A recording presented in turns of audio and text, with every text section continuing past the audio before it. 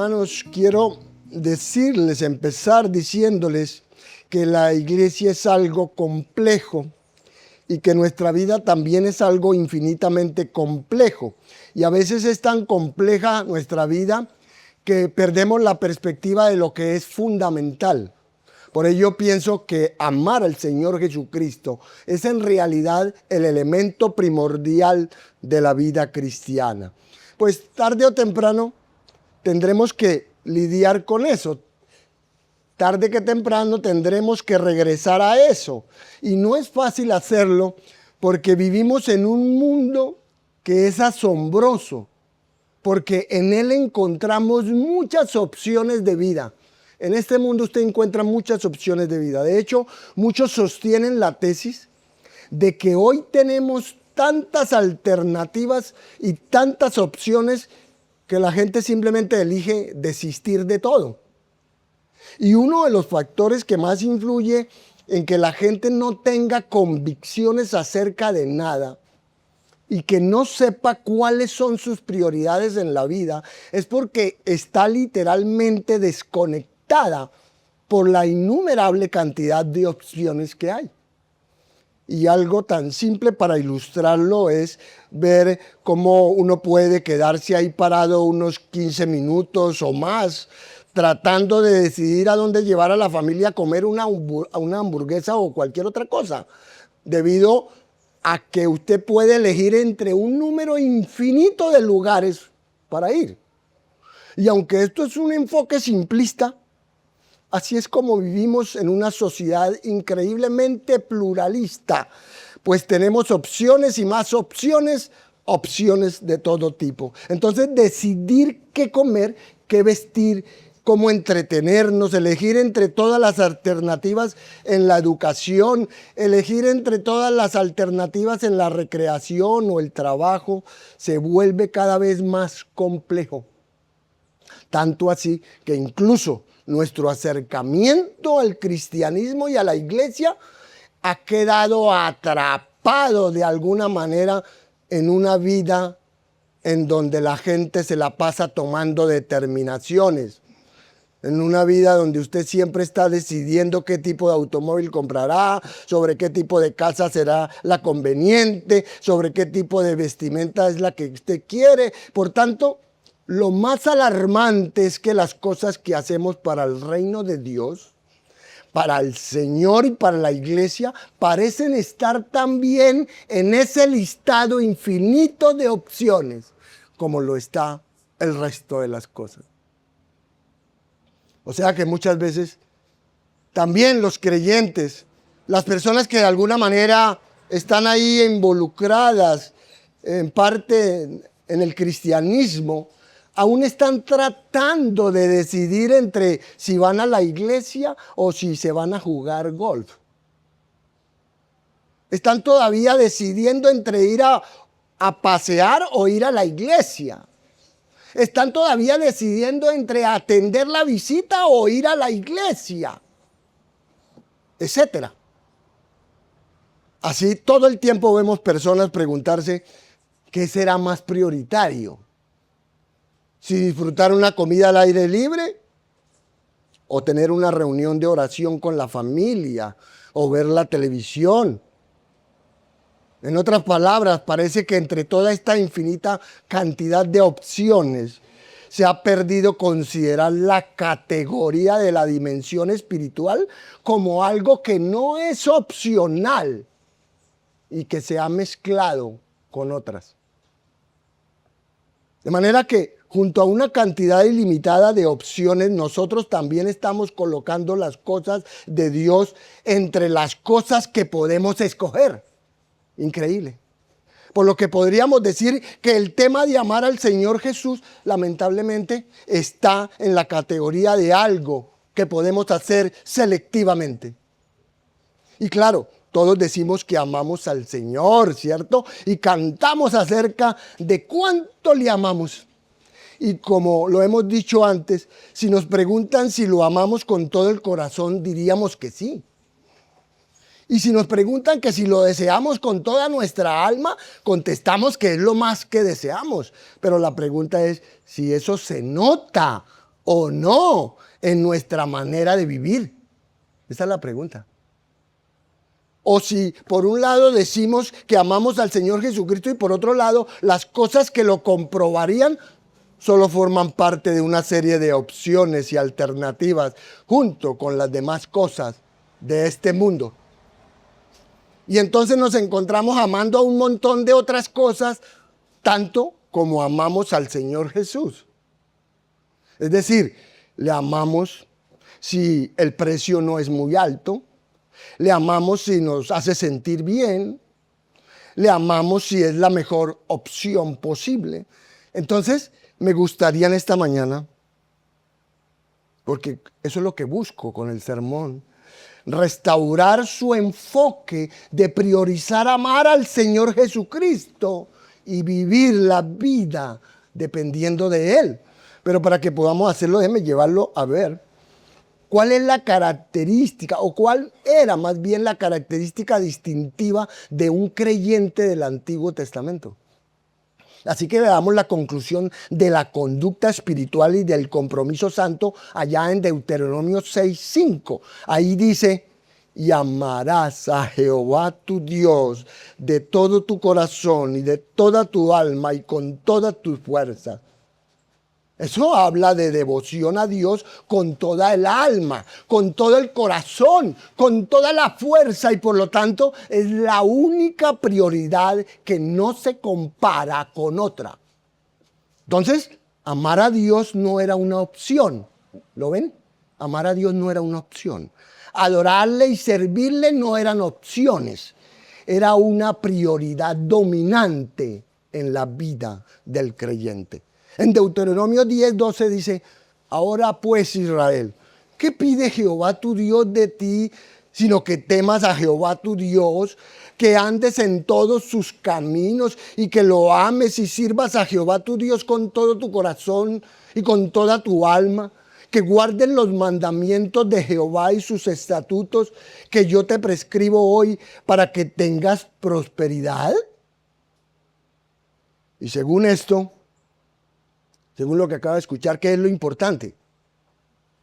Bueno, es amar a Dios de manera que usted camine en sus caminos, le sirva con todo el corazón y alma y cumpla sus mandamientos y sus estatutos que Él ha establecido para nosotros. En otras palabras, amar a Dios es un tema de obediencia. Es hacer lo que Él nos ordenó hacer y servirle con todo nuestro corazón y alma. Y como entiende, ahí no hay lugar para nada más.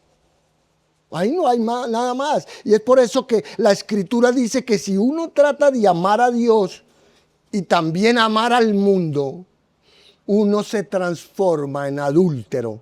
Usted es un adúltero, espiritualmente hablando. De hecho, en una ocasión el Señor, hablándole a la infiel Judá, le dijo a través del profeta Ezequiel: cuán inconstante es tu corazón. Y esa es la conclusión. Por tanto, el amar a Dios es la única prioridad. Entienda, amar a Dios es la única prioridad. De modo que no es asombroso que cuando se le pregunta al Señor Jesús cuál es el gran mandamiento en la ley, Él contestó: amarás al Señor tu Dios con todo tu corazón y con toda tu alma y con toda tu mente. Y este mandamiento, hermanos, es el mismo hoy para nosotros, para nuestras vidas. Así que necesitamos enfocarnos en la misma necesidad. Necesitamos enfocarnos en tener un amor por nuestro Señor que nos consuma, que sea paralelo a la orden que fue dada en el Antiguo Testamento para los santos de esa época. Y noten que en el versículo 10:13 que les leí, dice que es para que tengas prosperidad, ¿cierto? El versículo de Deuteronomio estamos hablando. Y dice que es para que tengas prosperidad. O sea, es un amor recíproco. Es un amor que derrama bendiciones abundantes y profusas de Dios. Por lo que amar a Dios con todo su corazón, alma, mente y fuerza lo coloca a usted en una posición donde recibe el beneficio del pacto y donde puede experimentar la misericordia de Dios, como lo indica la oración de Daniel 9, que es la misma oración ofrecida por Nehemías 1. Y hermanos, les digo esto, el hecho de que Daniel y Nehemías oraran la misma oración nos lleva a suponer que esa pudo haber sido una oración usual entre el pueblo judío. Ahora bien, ¿es esto cierto en el Nuevo Testamento? ¿Es igual? Bueno, Pedro nos lo resume allá en su primera carta 1:8, en donde hablando de Cristo dice, a quien amáis sin haberle visto. Y esa es la marca de un verdadero creyente. Efesios 6:24 dice, la gracia sea con todos los que aman a nuestro Señor Jesucristo con amor inalterable. De hecho, en Mateo 10 Jesús dice, el que ama a padre o madre más que a mí, no es digno de mí.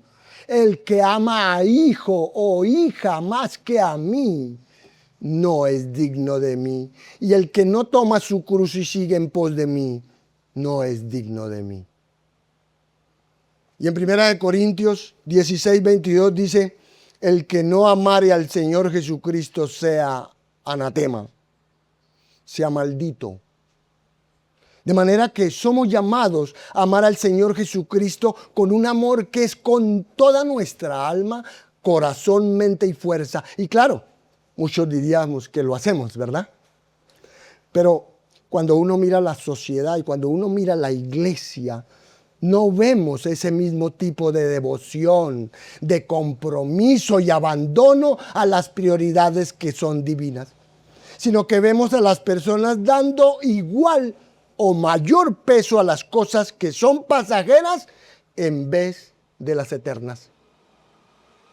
Y por eso es que necesitamos preguntarnos si en verdad amamos a nuestro Señor. ¿Será que sí? Y aunque a veces pensamos en cuánto Él nos amó y cuánto dio por nosotros en la cruz, siempre tendemos a querer todo su amor, pero le damos muy poco a cambio, muy poquito. Yo casi que nada le damos, ¿verdad? Así que me enferma, como dijo alguien, me enferma ver la teología indulgente que se desarrolla en algunas iglesias en donde se proclama, a viva voz, ¿no? Se proclama que el Señor Jesús tiene que hacer muchas cosas por usted. Increíble.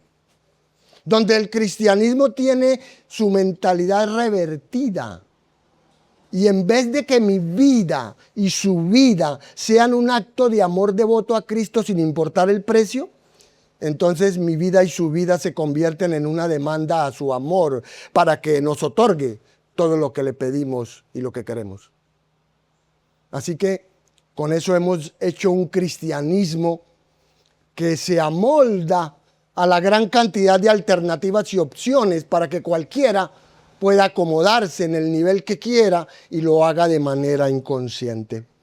Y no es que hoy hayamos elegido no amar al Señor Jesucristo, es solo que nos hemos desviado sutilmente y este ha sido y es el argumento del enemigo de Satanás y él ha sido muy eficaz con eso.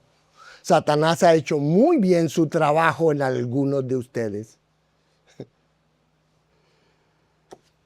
Pero necesitamos volver a las prioridades. Y una de ellas, la más importante, es que debemos amar al Señor Jesús. Y como lo hemos mencionado otras veces, yo puedo decir, te amo, Señor, y no tengo problema en decirlo. Y cualquier persona también puede decirlo.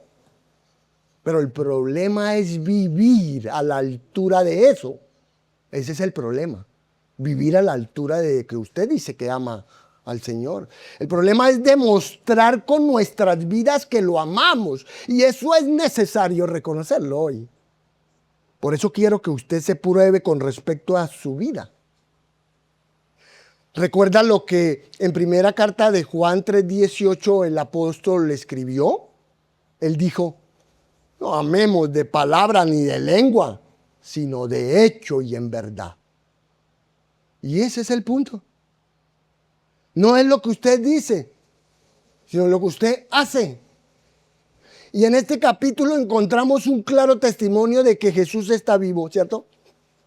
De hecho, al final de la primera sección se afirma que esta es la tercera vez que Jesús se manifiesta a los discípulos después de su resurrección. Y esto nos recuerda que el tema central del capítulo es que Jesús ha resucitado. Sin embargo, aquí hay más cosas en juego. Porque si el Evangelio de Juan, le voy a decir esto, si el Evangelio de Juan terminara en el capítulo 20, ahí con el versículo 31 específicamente, entonces quedarían muchas preguntas muy importantes sin respuesta. De ahí que Juan en el capítulo 21 va atando cabos sueltos para completar la historia y responder a todas esas preguntas, y al mismo tiempo nos muestra a Cristo resucitado en posiciones y relaciones maravillosas con sus discípulos. Por eso en Juan 21 tenemos un encuentro entre Jesús y Pedro.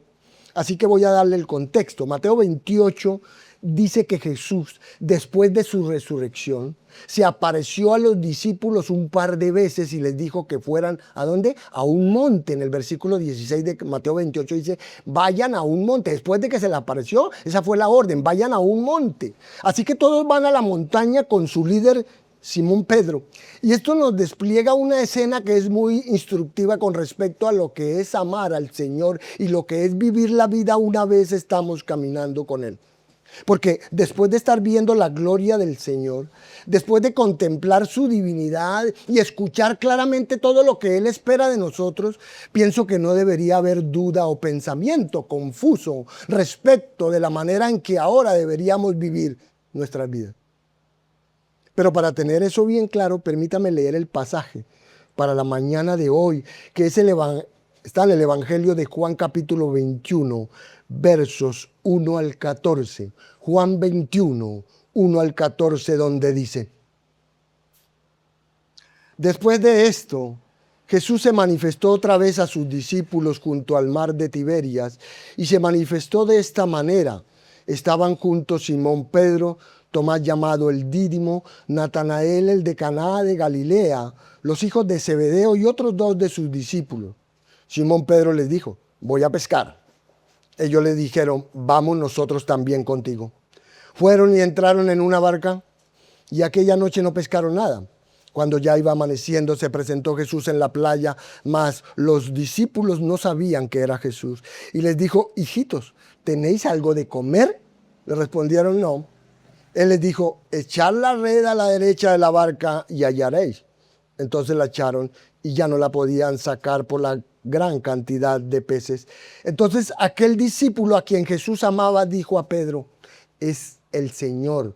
Simón Pedro, cuando oyó que era el Señor, se ciñó la ropa porque se había despojado de ella y se echó al mar. Y los otros discípulos vinieron con la barca arrastrando la red de peces, pues no distaban de tierra sino como 200 codos. Al descender a tierra vieron brasas puestas y un pez encima de ellas y pan. Jesús les dijo: traed de los peces que acabáis de pescar. Subió Simón Pedro y sacó la red a tierra, llena de grandes peces, 153. Y aun siendo tantos, la red no se rompió. Les dijo Jesús: venid, comed. Y ninguno de los discípulos se atrevía a preguntarle: ¿tú quién eres?, sabiendo que era el Señor. Vino pues Jesús y tomó el pan y les dio, y asimismo del pescado. Esta era ya la tercera vez que Jesús se manifestaba a sus discípulos después de haber resucitado de los muertos.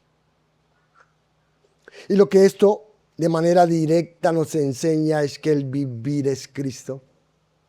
Vivir es Cristo. No es otra cosa. Si usted está viviendo otra cosa, está viviendo equivocadamente.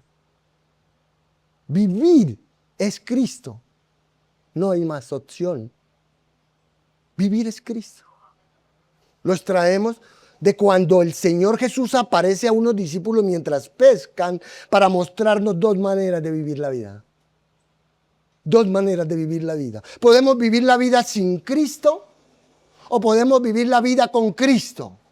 Así que nuestra propuesta para hoy es que el creyente decida vivir la vida que Cristo tiene para nosotros y que dependiendo de Él tenga un éxito abrumador. Eso es. ¿Le gusta? Creo que sí. Y amados hermanos, creo que después de todo este tiempo en el Evangelio de Juan que hemos estado, hemos sido santificados, porque la santificación ocurre como un ministerio del Espíritu Santo cuando vemos la gloria de Cristo a través de la palabra. Pues ahí somos llevados de un nivel de gloria al siguiente, ¿cierto? Como dice 2 Corintios. Entonces ver la gloria de Cristo es en verdad una experiencia transformadora. Y hasta este momento hemos predicado a lo largo del Evangelio de Juan un total de 68 sermones, este incluido, durante 18 meses, llevamos 18 meses. Así que hemos estado estudiando y viviendo todo este tiempo en la gloria de Cristo.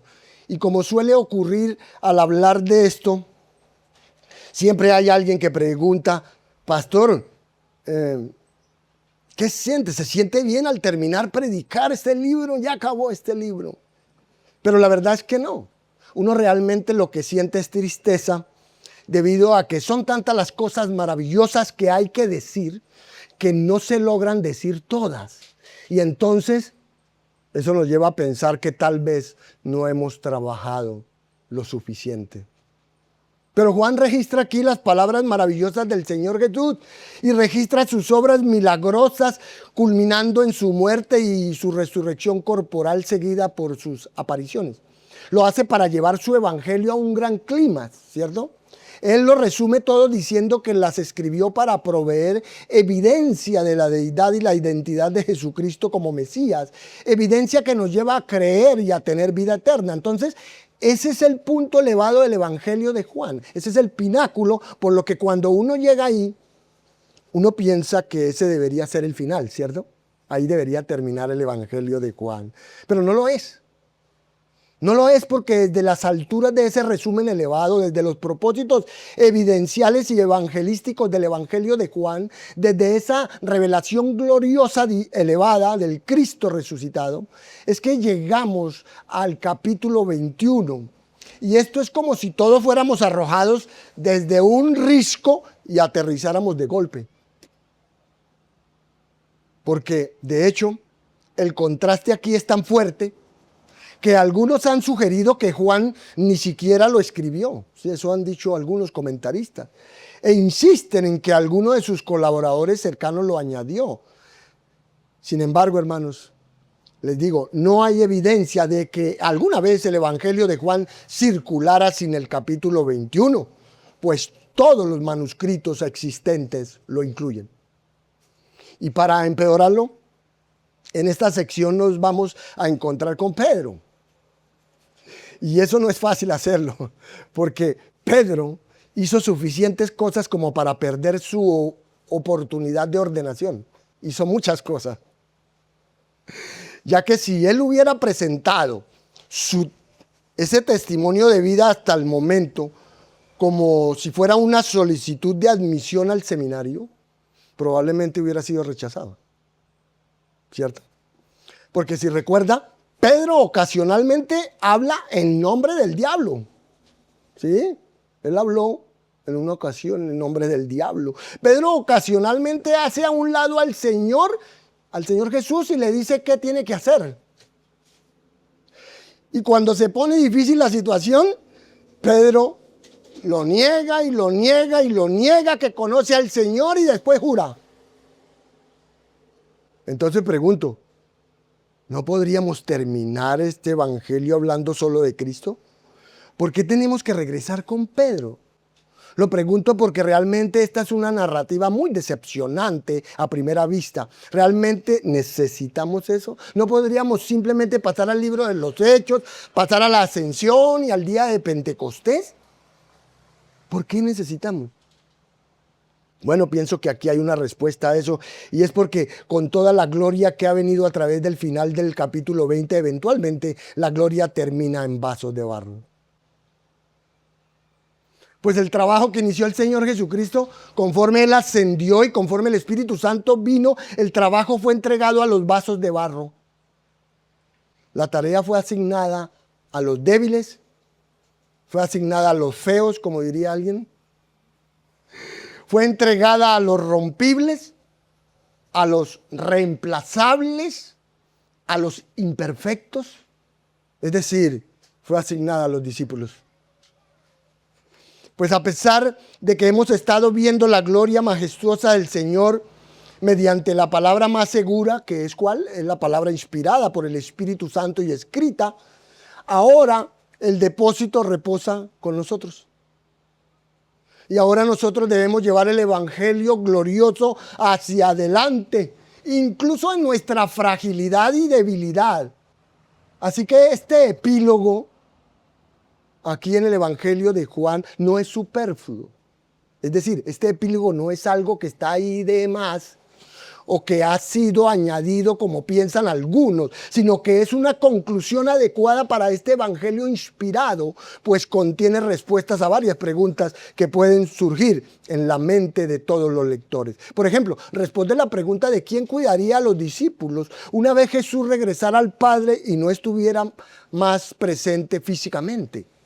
También cierra la historia de Pedro, porque él había negado a Cristo en la noche de su arresto y no apareció por ninguna parte en la escena de la crucifixión.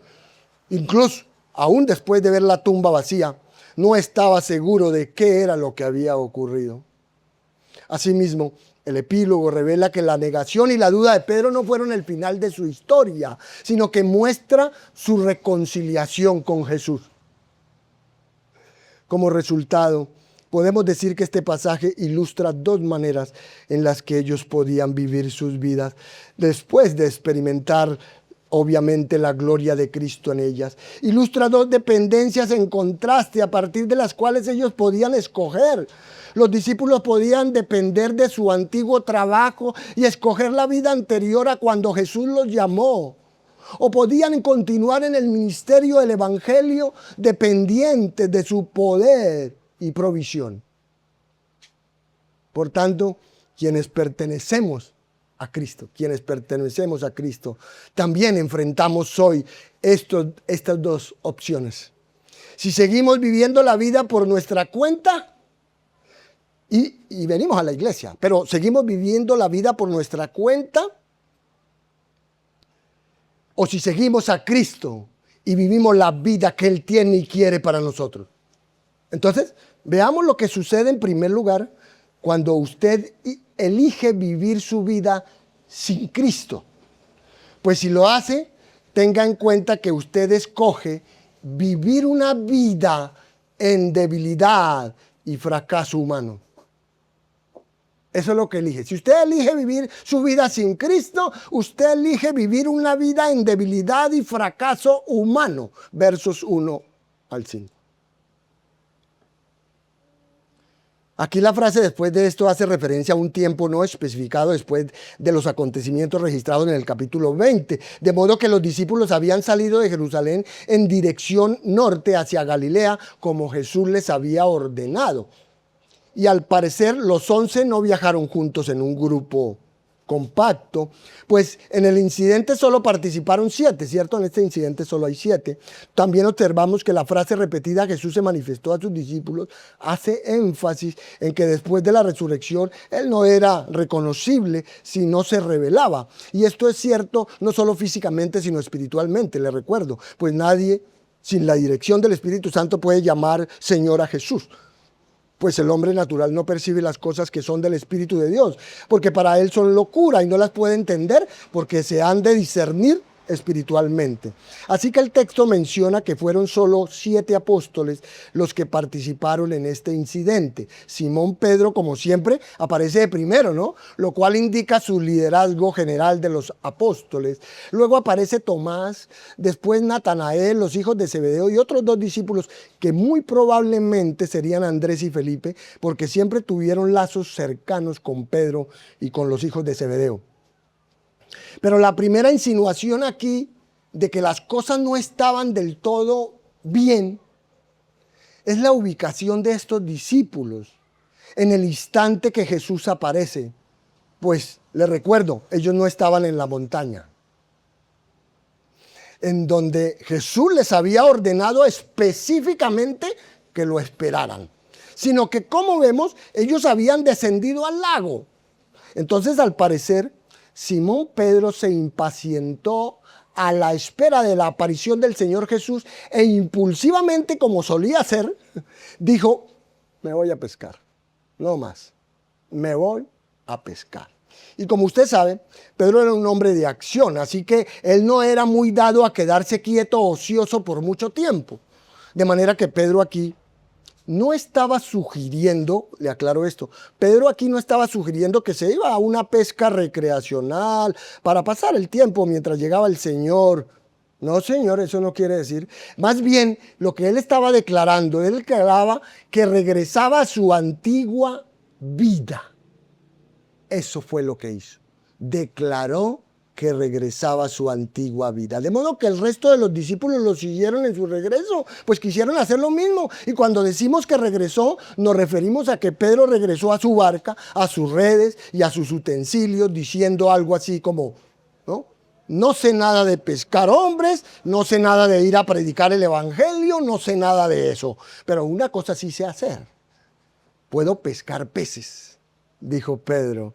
Y todos dijeron: nosotros también, así que vamos contigo. Pero esa noche no pescaron nada. Entonces, después de 3 años de estar caminando con el Señor Jesús, Pedro inicialmente está aquí en la montaña impaciente diciendo: ¿dónde está el Señor? ¿Qué pasa que no viene? Y con sus dudas decide volver a pescar. Pero es realmente asombroso que Pedro diga eso. Es asombroso considerando que Jesús había resucitado y se le había aparecido. Pero él volvió a su trabajo. Así pues, aquí está la imagen de que si usted se aparta del llamado que Dios ha puesto en su vida y va en la dirección opuesta, si usted sigue el camino de la voluntad propia y el esfuerzo propio, usted puede pensar que puede lograr mucho, pero podría terminar fracasando. Porque la desobediencia lleva al fracaso. Ese es un principio simple. Pues cuando Dios lo llama y le da dones, lo prepara y lo coloca en el ministerio, en su reino, ya sea profesionalmente o como laico, cuando usted ve una oportunidad de ministerio y le da la espalda y se aleja de ella y lo hace a pesar de que se ajusta a sus dones y a su oportunidad, bueno, en ese caso es muy probable que usted fracase en lo que haga, y eso es exactamente lo que sucedió aquí. Porque el Señor no recompensa la desobediencia. Él nunca recompensa la desobediencia. Y lo que ha sucedido es que su desobediencia ha provocado el fracaso y ha afectado la relación con el Señor Jesús, por lo que se pierde la plenitud de la comunión y la intimidad.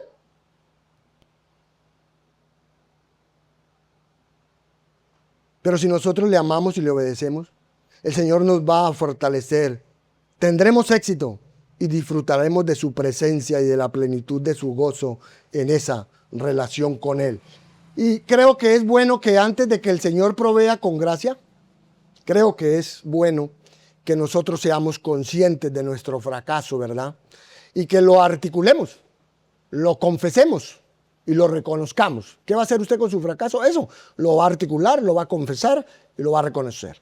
Pues cuando esto sucede, el Señor quiere oírnos decir que hemos fallado al alejarnos de Él.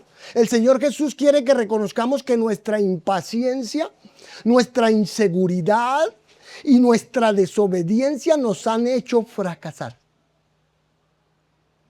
Así que muchos discípulos de Jesús, voy a decir esto, no sé aquí, muchos discípulos de Jesús incluso hoy, que son parte de una congregación y que han recibido dones, que han sido llamados y se les ha dado una oportunidad espiritual, en lugar de aprovecharla, en lugar de obedecer lo que el Señor les ha encomendado, se apartan y vuelven a otras cosas. Pero el Señor no va a bendecir eso. Y habrá cierto grado de fracaso y perderán esa intimidad con Cristo.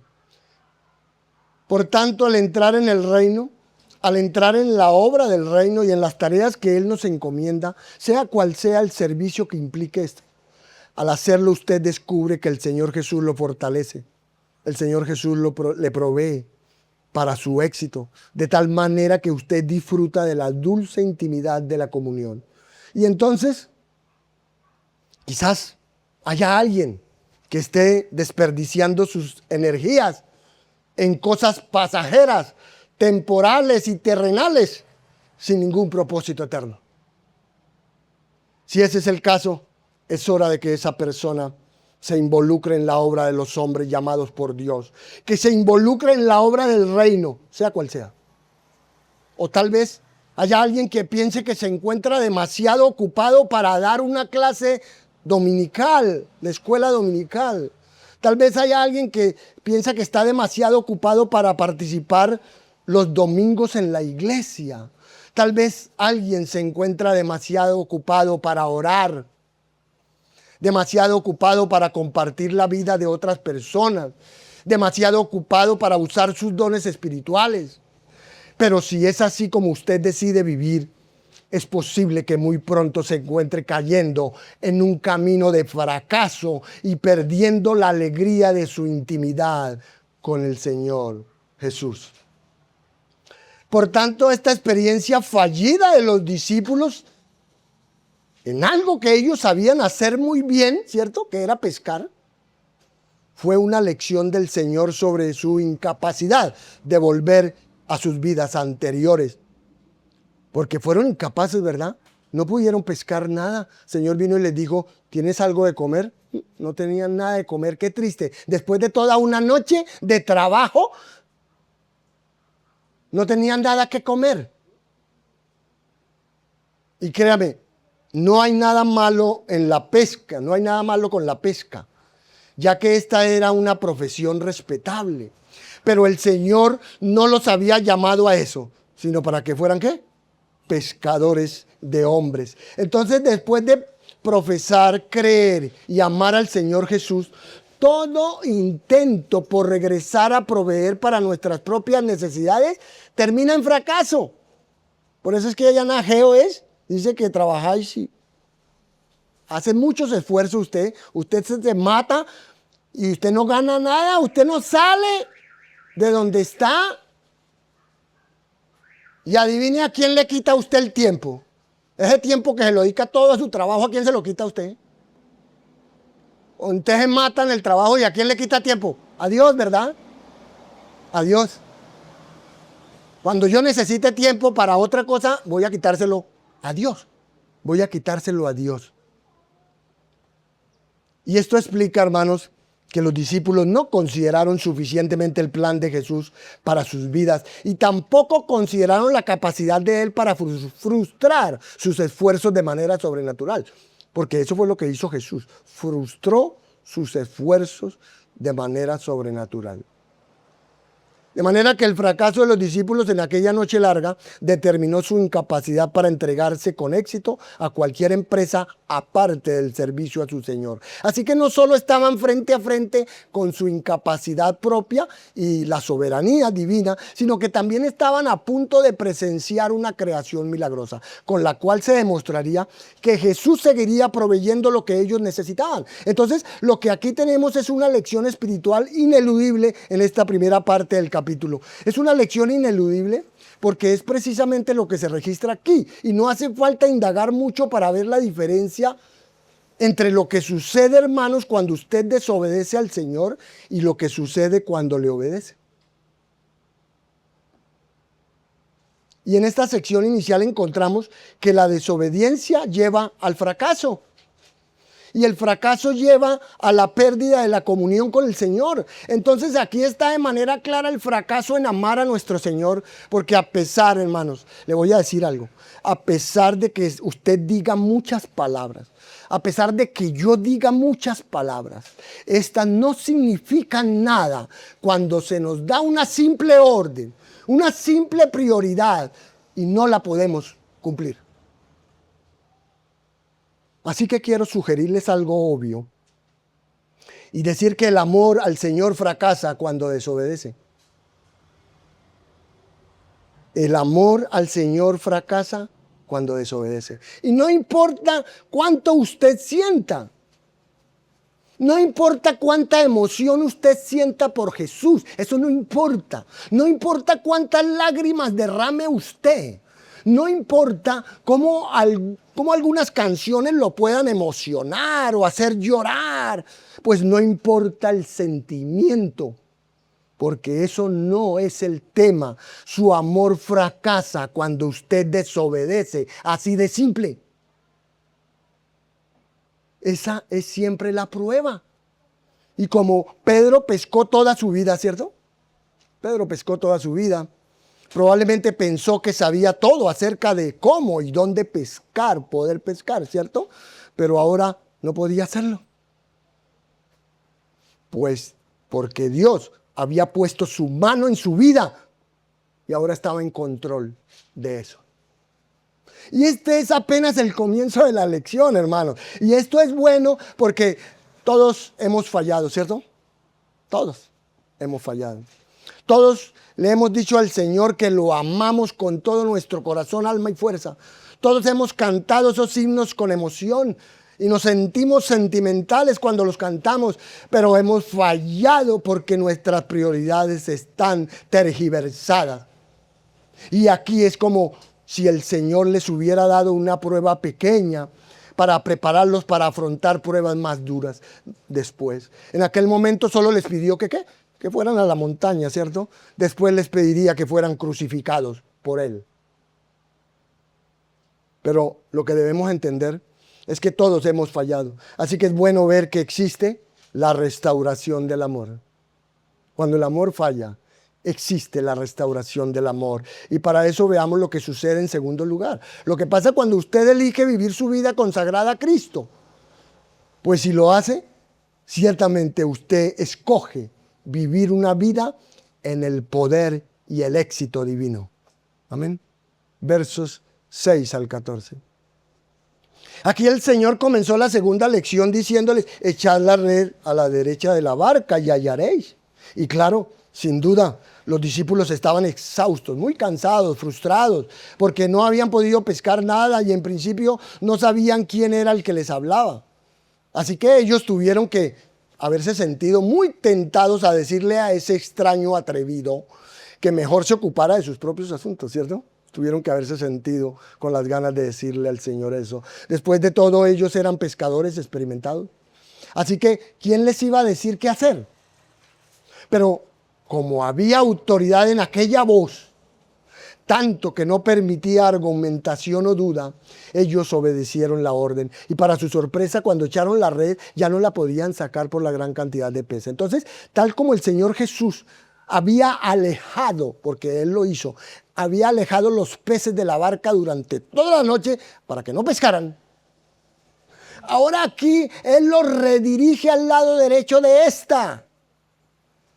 Como resultado, la red estaba tan llena que los 7 no la podían sacar. Así que el paralelo entre esta situación que llevó a los discípulos a ser nuevamente comisionados, especialmente en el caso de Pedro, y ese llamamiento original que les hiciera ya en Lucas 5, es sorprendente el parecido, ¿verdad? Además, Él ya les había dicho que Él estaría entre ellos como el que sirve. Y les había lavado los pies en ejemplo del servicio humilde. Ahora aquí el Señor resucitado mostraba que Él aún serviría a los discípulos que le eran fieles, satisfaciendo sus necesidades. Entonces aquí hay una ilustración práctica de las palabras de Jesús en el aposento alto. ¿Recuerdan cuando Él dijo: y todo lo que pidiereis al Padre en mi nombre lo haré, para que el Padre sea glorificado en el Hijo? Si algo pidiereis en mi nombre, yo lo haré. Si permanecéis en mí y mis palabras permanecen en vosotros, pedid todo lo que queréis y os será hecho. En esto es glorificado mi Padre, en que llevéis mucho fruto, y seáis así mis discípulos.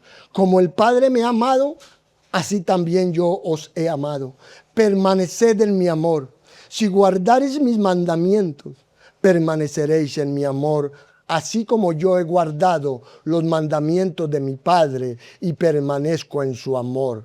Estas cosas os he hablado para que mi gozo esté en vosotros y vuestro gozo sea cumplido.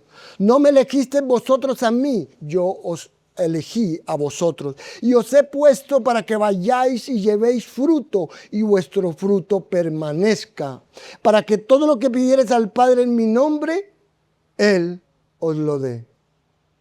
Hermosas palabras. De modo que cuando todos los discípulos llegaron a la orilla, Jesús les dijo: traed de los peces que acabáis de pescar.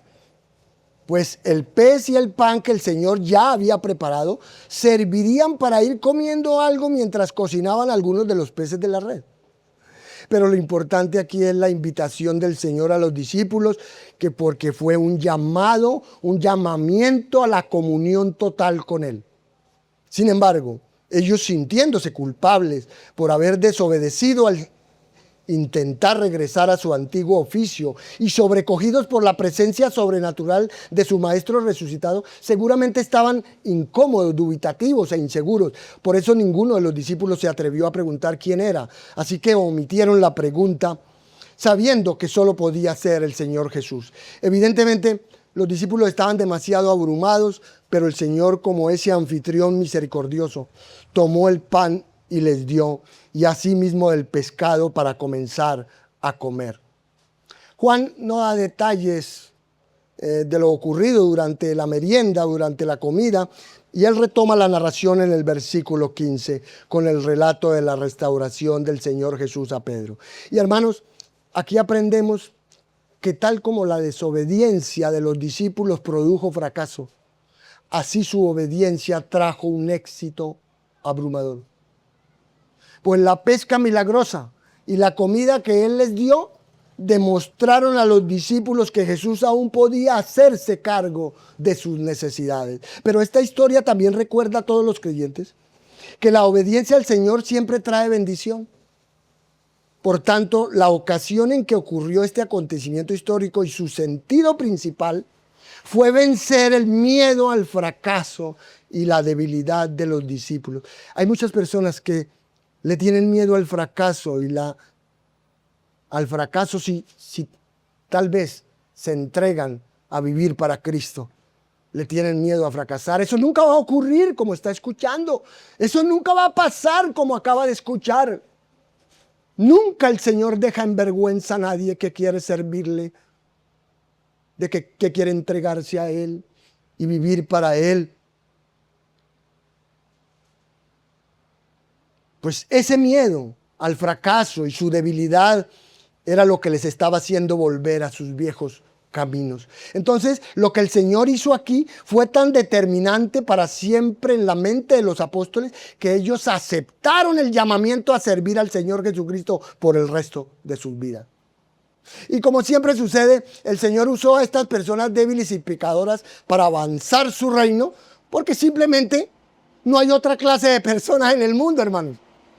No, todos somos pecadores, débiles, inservibles, todos.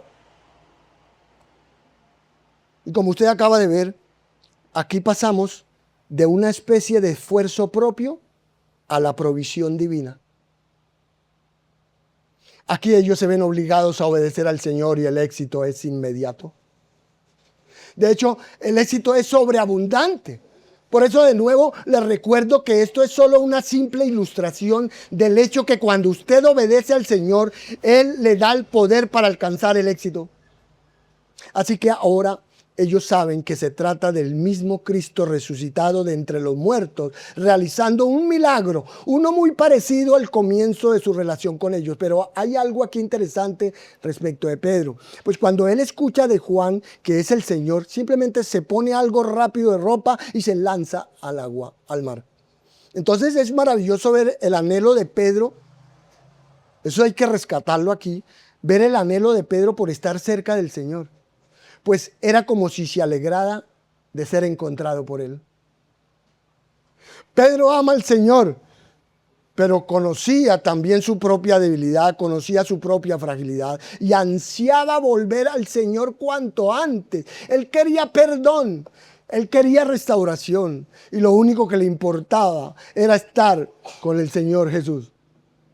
Por tanto, la relación de Jesús con sus discípulos después de la resurrección sería igual a la que tuvieron antes, porque Jesús estaría allí para proveer, para satisfacer sus necesidades, incluso las más simples, como el hambre, pues Él se ocuparía de ellos. Y entonces no cambiaría para nada. Y aunque esté ahora el Señor en una forma glorificada, aunque el Señor esté ahora en una forma glorificada, Jesús tendrá la misma compasión y cuidado de todos los que creen en Él y le aman. No obstante, ellos también hicieron su parte, ¿cierto? Los discípulos, los apóstoles también hicieron su parte, hay que ver eso acá. Ellos trajeron de los peces que pescaron para completar el desayuno que el Señor les preparó, ¿cierto? Lo hicieron porque así es como obra el Señor, ¿no es cierto? Así es como obra el Señor. Hay cosas que Él hace y hay cosas que nosotros hacemos. Por eso dice el pasaje de Filipenses: ocupaos en vuestra salvación con temor y temblor, porque el Señor es quien obra en vosotros tanto el querer como el hacer según su buena voluntad. Entonces es el Señor quien obra en nosotros y somos nosotros quienes llevamos a cabo la obra de Dios en nosotros. Así que esto es una imagen hermosa. Por lo que les pregunto, ¿quieren saber cómo será la relación de Jesús con sus discípulos en el futuro? Bueno, como ve, Él les proveerá todo lo que necesiten y les servirá. Él será quien les atienda. Y claro, tenemos pruebas claras de la resurrección de Cristo, pero déjeme decirle esto. Cristo resucitado no es un ser etéreo y distante por allá. No, Él no es así, Él es real en nosotros. Él es real. Cristo resucitado puede sentarse a desayunar con sus discípulos. ¿Lo vio? Cristo resucitado puede sentarse a desayunar con sus discípulos. Y lo que es más importante, Él no se ha desinteresado repentinamente de ellos.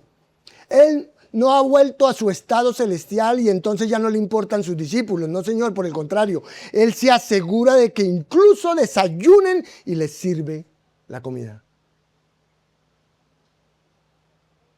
Así que cuando alguien le pregunte, ¿cuál es la relación actual del Señor Jesús con su pueblo? Dígale que aquí está la respuesta. Aquí tiene la respuesta. De manera que aquí tenemos un pensamiento feliz para nosotros, muy feliz, que no importa, oiga bien esto, no importa cuánto mi amor falle, pues hay restauración. Y quiero que noten en este texto que la restauración comienza con el Salvador que ha sido ofendido. ¿Comprenden eso? La restauración comienza con Él. Él la inició y siempre será de ese modo. Por eso a veces temo por aquellas personas, aquellos cristianos, digámosles así, que saben que han fallado en amar al Señor como deberían, que le han desobedecido comúnmente. Y temo por ellos porque siempre lo que uno ve es que este tipo de personas se alejan del Señor y debido a su vergüenza se les hace difícil regresar. No obstante, deben darse cuenta que el Señor Jesús está esperándolos ansiosamente. Él los está esperando con los brazos abiertos. Deben saber que cuando regresen, el Señor no tendrá un látigo para golpearlos, sino que tendrá el desayuno listo para ellos. Porque ese es el corazón de amor restaurador del Salvador. Y pensar en esto me hace muy feliz a mí. Muy feliz. Porque les confieso que yo he estado ahí en el mar muchas veces. Yo he estado en el mar muchas veces, cuando debería haber estado en la montaña a donde Jesús me envió. Pero siempre estoy contento de ver que cuando llego a la orilla, el Señor no está ahí para castigarme, sino para restaurarme. Y usted debe entender eso. Que cuando fallamos en amarlo, siempre necesitamos y debemos regresar a Él. Pues como dice Jeremías 31:3, con amor eterno te he amado, por tanto te prolongué mi misericordia. Entonces aquí entendemos que nada nos separará del amor de Cristo, ni siquiera nuestra desobediencia, ni siquiera nuestra falta ocasional de amor, porque eso no puede acabar con el amor infinito de Cristo, que nos alcanza y trae de regreso una y otra vez y otra vez. Pero cuando uno se equivoca, cuando uno falla, cuando uno peca una y otra vez y se vuelve complaciente acerca del error, se vuelve complaciente con ese pecado y no desea la restauración para hacer lo que Dios quiere que seamos, y entonces lo hacemos simplemente porque estamos cómodos con ese cristianismo que evita las verdaderas prioridades que son Dios. Ahí uno debe preocuparse. Ahí le digo que usted debe preocuparse. Porque en ese caso, Dios no puede usarnos o bendecirnos mucho. Entonces el punto no es que usted no se equivoque. El punto no es que usted no falle nunca. El punto es que cuando ocurra, usted se apresura en regresar al lugar de bendición. Y ese lugar de bendición es Cristo. Así que la prueba del amor que usted tenga al Señor no es la emoción, ni su sentimentalismo, ni su piel erizada al cantar ciertas canciones. No es tener buenos sentimientos por Jesús. La prueba de su amor por Cristo es ver si las prioridades de su vida son espirituales o físicas. Si son del cielo o si son de la tierra sus prioridades. Es ver si usted está atrapando peces porque le gusta y lo sabe hacer, o si usted le gusta alimentar ovejas, lo cual es una dimensión espiritual. Por tanto, al ir preparándonos para terminar, quiero decirles que son muchos los cristianos que suelen pensar equivocadamente que en esto de amar a Dios hay supercreyentes. Hay personas que piensan eso, que en esto de amar a Dios hay supercreyentes, que hay líderes o pastores que aman a Cristo de un modo místico y fantástico porque están a un nivel diferente al de ellos. Muy raro eso. Y entonces esas personas que piensan eso se frustran porque ven que no pueden dar ese gran salto o pasar a ese supuesto nivel. Y la gente cree que eso sucede o que se puede pasar a dicha dimensión cuando usted entiende una segunda bendición, que hablan por ahí en algunas iglesias, que cuando usted comprende el bautismo del Espíritu, que hablan por ahí en algunas partes, o más aún que usted llega a ese nivel cuando usted llega a hablar en lenguas. Pero eso no tiene sentido, hermano, y son solo tonterías. Le voy a decir por qué. Porque de lo que estamos hablando aquí es de un tema de crecimiento gradual a la imagen de Cristo, que llega a través de la obediencia diaria. ¿Lo escuchó cómo llega? Usted crece cuando usted obedece a diario al Señor. Así que no hay saltos. No hay ningunos supuestos saltos. Y claro, pueden haber momentos críticos en su vida, pueden haber momentos en los que usted comprende mejor una verdad bíblica, pueden haber momentos cuando usted renuncia a un pecado al que ha estado aferrado por mucho tiempo, y pueden haber momentos en que donde usted decide ser fiel y elige algo voluntariamente. Pero eso no lo lleva a usted a una nueva dimensión, como dicen. Eso es solo un paso en el proceso. Quizás sea un paso más grande que otros, pero en definitiva son solo pasos en el proceso de crecimiento. Donde muchas veces usted, sin darse cuenta, ha estado creciendo más y más en el amor a Cristo. Y ese es el tema, esa es la clave. Pero eso llega con la obediencia diaria, y no es algo místico, no es algo mágico. Estoy esperando que el Señor me bote la... No, es obediencia diaria, hermano. Eso es. Y por supuesto, el Señor quiere que su pueblo lo ame, pero tenemos que comprender que Dios, quien derrama sobre nosotros un amor tan infinito, espera que nosotros también lo amemos. Pero quiero que entienda esto: amar al Señor por encima de todo. No se trata de dejar por completo de hacer las cosas que como personas normales tenemos que hacer en este mundo, ¿cierto? No, no se trata de eso. Se trata de priorizarlas y colocar realmente a Dios en el lugar que le corresponde. Eso es, de eso se trata. Pero tristemente, en cierto modo, en la iglesia hemos perdido ese amor. Hemos perdido ese amor de todo corazón y devoto. Y estamos equivocándonos en nuestras prioridades, ¿cierto? Estamos equivocando nuestras prioridades, así que necesitamos confesar nuestro error al amar al Señor, comprometiéndonos con el requerimiento de la obediencia a cualquier costo. Usted debe ser obediente sin importar el costo. Entonces, ¿qué aprendieron los discípulos después de todas estas apariciones de Jesús?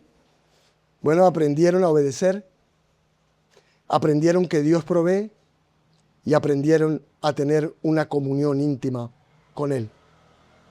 ¿Lo ven? Ese es el modelo, ya que cuando ellos obedecieron tuvieron éxito y comulgaron con Cristo de una manera personal. En conclusión, usted puede vivir su vida de dos maneras. Usted va a escoger. Usted puede vivir su vida de dos maneras. Usted puede vivir en desobediencia, en fracaso y pérdida de comunión. Es decir, puede vivir sin Cristo, porque eso es. O puede vivir en obediencia, éxito y en la riqueza de la comunión con Cristo. Y será eternamente de esta manera, porque nuestro Señor suplirá todas sus necesidades si usted es fiel a su palabra. Amén.